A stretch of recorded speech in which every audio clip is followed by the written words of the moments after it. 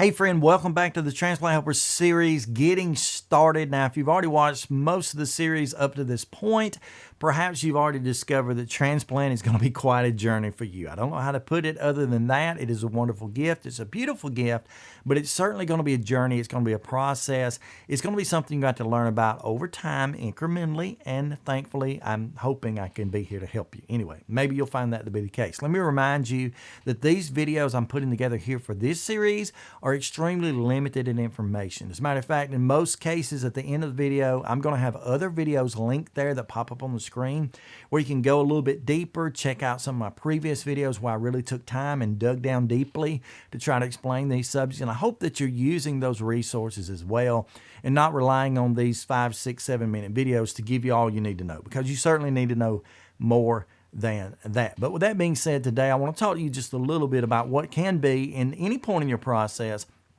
by far the most important part of the whole process, and that is getting to know your body as well as getting to know your situation. Hands down, if you are living this life, you are the expert about what is going on in your life, without a shadow of a doubt, okay? And especially if you've been living with a condition for a long time, maybe leading up to transplant that has brought you up to this point, you know your body better than anyone else. But this is the time, this is a moment, if you've never done it before, to really get to know your body, to really get to know the ins and outs, know what you would call your baselines in pretty much everything, know the numbers, know the facts. For example, when you go into a doctor's office at any point in time, they're typically going to kind of triage you. They're going to set you down. They're going to do typical, like take your temperature, take your blood pressure, check your heart rate, ask you a series of questions, check your weight, your height, all of that.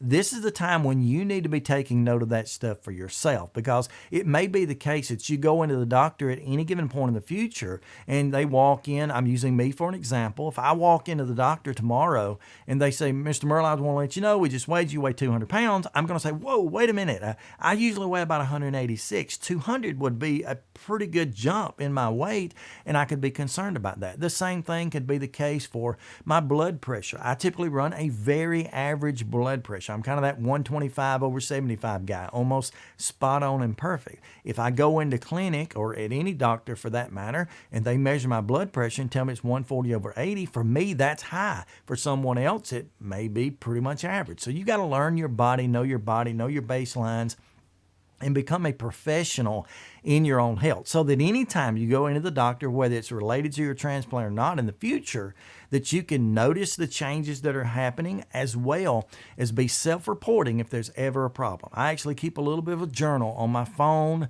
You can do it on paper or whatever, but keep kind of a journal, how you feel each day, some of those vital signs, that sort of thing. Keep up with that, and be sure that if there's anything that comes up at all, that your team knows about it every single time, so that they can choose the best plan of action. So I guess if you want to say this video is about something, it's about getting to know you yourself for yourself, so you can share that information with your team, because knowledge is absolutely power in this case, and everything you know about yourself, you're going to be a step ahead of the game. In addition to that, whatever conditions you're suffering with, do your research. Google. I can't say it enough as our friend today.